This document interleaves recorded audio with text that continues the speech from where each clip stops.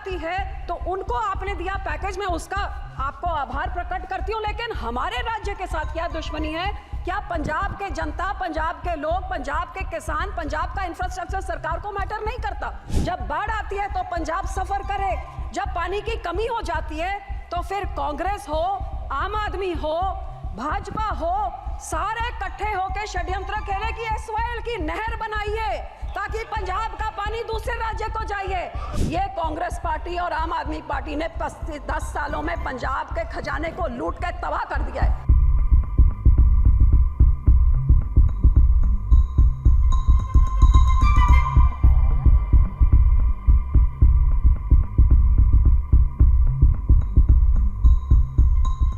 Sir, मैं तो मांग करूंगी कि इस बजट का नाम बदलना चाहिए, क्योंकि ये देश का बजट नहीं, ये सरकार बचाओ बजट है।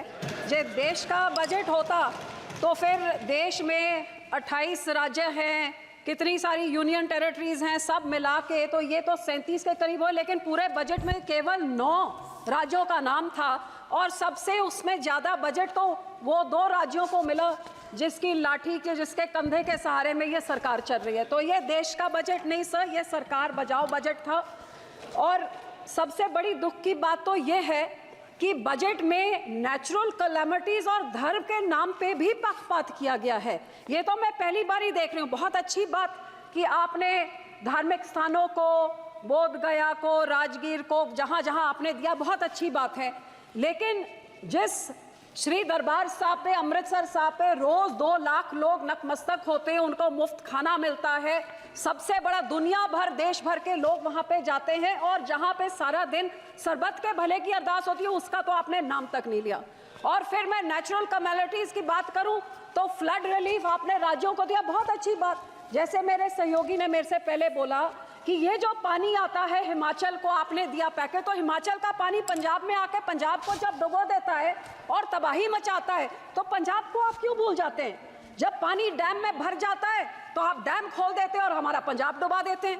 जब घग्गर रिवर का लेवल ऊपर हो जाता है तो चुप इते 7 के राज्यों को बचाने के लिए बंद तोड़ देते हैं और हमारे गांव को डुबा देते हैं। तो जब बाढ़ आती है तो उनको आपने दिया पैकेज, में उसका आपको आभार प्रकट करती हूँ, लेकिन हमारे राज्य के साथ क्या दुश्मनी है? क्या पंजाब के जनता, पंजाब के लोग, पंजाब के किसान, पंजाब का इंफ्रास्ट्रक्चर सरकार को मैटर नहीं करता? और हैरानी की बात सर, जब बाढ़ आती है तो पंजाब सफर करे, जब पानी की कमी हो जाती है तो फिर कांग्रेस हो, आम आदमी हो, भाजपा हो, सारे इकट्ठे होकर षड्यंत्र खेले कि एसवाईएल की नहर बनाइए ताकि पंजाब का पानी दूसरे राज्य को जाइए। तो जब पानी कम होता है तब तो हमारा पानी चुराना चाहते हैं, जब पानी उनमें ज्यादा हो जाता है तो पंजाब को फ्लड कर देते हैं। और सर, आपको मैं ये भी बताना चाहती हूँ, तकरीबन 70 साल पहले इस सरकार ने, कांग्रेस सरकार ने रिपेरियन प्रिंसिपल्स के खिलाफ हमारा पानी राजस्थान को दे दिया और कहते थे 1 साल में उस पानी का कॉस्ट क्या होगा आपको डिसाइड करके मिले। 70 साल से आज तक डिसीजन नहीं हुए। तो जो पानी हमारा दूसरे राज्य को रिपेरियन प्रिंसिपल के अगेंस्ट जा रहा है, या उसको बंद किया जाए या हमें उसका पैसा दिया जाए, ये मैं आपसे आज मांग करती हूँ। सर, दूसरा मैं ये भी आपसे मांग करती हूँ कि सेंट्रल ग्राउंड वाटर जो कह रहा है कि पंजाब के सारे ब्लॉक्स क्रिटिकल हो गए हैं, हमारे ट्यूब में, हमारे वेल्स में पानी नीचे जा रहा है। आज की रिपोर्ट तो ये भी है कि टॉक्सिसिटी इतनी हाई है कि पीने लायक नहीं है। तो ये सर, हम लोग को तो मदद करनी चाहिए, और इस पूरे बजट में मदद की बात दूर, हमारा नाम तक नहीं लिख गया। हमें डिमांड करती हूँ कि पंजाब को भी दिया जाए। दूसरी सर, मैं किसानों पे आना चाहती हूँ। 4 पिलर बोले थे, युवा, महिला, गरीब, किसान। किसानों को तो मैं बोलना नहीं चाहती, जो कितने किसान खुदकुशी कर चुके हैं, शहीद हो गए हैं, आज तक धरने में बैठे हुए हैं। लेकिन जो ये किसान हकी सरकार होती जो कहती थी 2022 तक हम किसान की आय दुगनी कर देंगे, तो मुझे इतना ही समझा दें कि 2022-23 में तो एग्रीकल्चर ग्रोथ 4.7 थी, तो फिर पिछले साल 1.4 क्यों रहेगी जिनकी पॉलिसीज इतनी अच्छी है? हकीकत यह है कि किसानों के ये दुश्मन हैं, किसानों के हिमैती नहीं हैं। आज हर एक तरह से महंगाई की मार देखिए। आज जो 8 साल पहले 40 किलो का बीज का एक बैग होता था, वो 800 से 1200 होता था, 2000 हो गया। डीएपी 3 गुना बढ़ गई कीमत, पोटैश 900 से 1700, जो लेबर का कॉस्ट होता था वो भी 3 गुना हो गया, जो हार्वेस्टिंग के लिए होता था वो भी 3 गुना हो गया, जो मशीनरी की रेंटल होती थी, डीजल आपने 47 से 90 कर दिया, तो वो आप सोच ले कहां तक। सो जहां किसान को रिलीफ देनी थी उसमें रिलीफ क्या दी, मनरेगा में 0 इंक्रीज। लोग सोचते थे आप बढ़ाएंगे, अमाउंट बढ़ाएंगे, दिन बढ़ाएंगे, 0। क्रॉप इंश्योरेंस क्रीप को -2.6% उसके अमाउंट में कटौती करी, यूरिया सब्सिडी में -7.4 की कटौती, न्यूट्रिएंट बेस्ड सब्सिडी में -25% कटौती, गरीब कल्याण योजना का बजट 3.3% घटा दिया, किसान सम्मान निधि का 10% घटा दिया, 18 से 22 तक जितने फार्मर्स कवर अंडर पीए फसल बीमा योजना या सबका 8-9% उनका कट गया। और पंजाब की जब मैं बात करूं तो पंजाब की बेनिफिशियरी जो पीएम किसान निधि में थे और आवास योजना 2018 से घटते ही जा रहे हैं सर।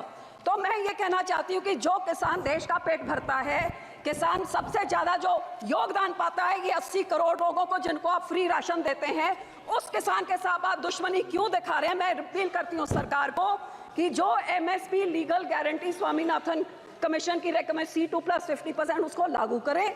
मैं ये भी बेनती करती हूँ, सजेशन सब 2-4 सजेशन देती हूँ कि जब तक आप नहीं करते कम से कम भावांतर स्कीम लाइए जिसकी एमएसपी पे नहीं बिक रही हो, मिडल जो बीच का रह जाता है वो दे। एक फार्मर फ्रेंडली क्रॉप इंश्योरेंस कोई स्कीम आप लेके आए जिससे किसानों का फायदा हो, इंश्योरेंस कंपनी का नहीं।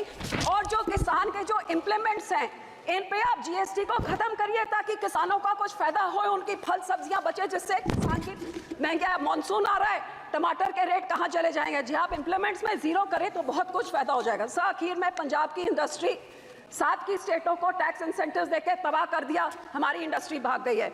मैं सिर्फ इतनी बेनती करती हूँ कि FN साहब लुधियाने गए थे, वो मंत्री बनी बैठे हैं अब, वहाँ पे लुधियाने गए थे जहाँ पे उन्होंने MSME इंडस्ट्री को बोला था कि जो अमेंडमेंट 43B जिसमें मैंडेट किया जाता है कि 44 डेज में आप पेमेंट करिए, नहीं तो आपके जो टैक्स इंसेंटिव फोरफिट हो जाते हैं, वो इस बजट में उन्होंने नहीं किया। वो बहुत देख रही थी कि इंडस्ट्री करे। सर 2 मिनट, जो हमारी साइकिल इंडस्ट्री है, जो हमारी स्पोर्ट्स इक्विपमेंट इंडस्ट्री है, मैं आपको बेनती करती हूँ इंसेंटिव इंटरनेशनल बॉर्डर पाकिस्तान के साथ 2019 से हमारा वाघा बॉर्डर बंद कर दिया है, बहुत नुकसान हुआ है, ये बॉर्डर खोला जाए और हमारे राज्य को कोई टैक्स इंसेंटिव्स दिए जाए, साइकिल इंडस्ट्री को, स्पोर्ट इंडस्ट्री को बॉर्डर खोल के, ताकि हमारे इधर का व्यापार बढ़े और नौकरियां भी बढ़े। आखिर में सर मैं सिर्फ आपको यही कहना चाहूंगी, ये कांग्रेस पार्टी और आम आदमी पार्टी ने 10 सालों में पंजाब के खजाने को लूट के तबाह कर दिया है। हमारा यहाँ पे इतना ज्यादा करोड़ 3.4 लाख करोड़ का कर्जा एक छोटे से राज्य पे चढ़ गया, GSDP रेशो 49% हो गया है। तो सर आप इनको सजा देने के लिए आप RDF रोक देते हैं, हेल्थ मिशन का रोक देते हैं, पर पंजाब के लोगों का क्या कसूर है। मैं आपको बेनती करती हूँ, जो हमारा पैसा है वो पैसा आप दीजिए। अनएम्प्लॉयमेंट रेट जो देश में उसका दुगना है, ड्रग अब्यूज से हमारा राज्य जूझ रहा है, और पंजाब में औरतों का तो ये हाल है कि कुपोषण वो भी बढ़ गया है, अनीमा भी बढ़ गया है, और आंगनवाड़ी के जो राशन मिलता है गरीब बच्चियों के लिए, लैक्टेटिंग मदर्स, प्रेग्नेंट मदर्स और बच्चों के लिए, वो इनकी सरकार ने, आम आदमी की जो सरकार वहां पे है, वो वेरका मिल्कफेड प्राइवेट आधारों से लेके प्राइवेट कॉन्ट्रैक्टर्स को देके सब स्टैंडर्ड चीजें लोगों को देके करोड़ों का घपला हो रहा है। तो सर पैसे ना रोकिए, इनको पिनलाइज करिए ताकि लोगों को उतना हक मिले। और सर आखिर में मैं यही कहूंगी कि सबसे highest population 32% SC population Punjab में है सर। सबसे बड़ा ग्रैनरी को योगदान पंजाब देता है, फ्रीडम स्ट्रगल में सबसे बड़ा योगदान हमने दिया। इस राज्य के मांगों को पूरी करके हमारे किसानों को हमारी चंडीगढ़ की राजधानी हमें दीजिए, हमारा पानी दूसरे राज्यों को जो आ रहा है उसको रोक के उसकी रॉयल्टी हमें दीजिए, नहीं तो वो सारे फैसले रिवोक करके हमारा पानी पंजाब पे रखिए। धन्यवाद जी, धन्यवाद करती हूँ, शुक्रिया। धन्यवाद श्री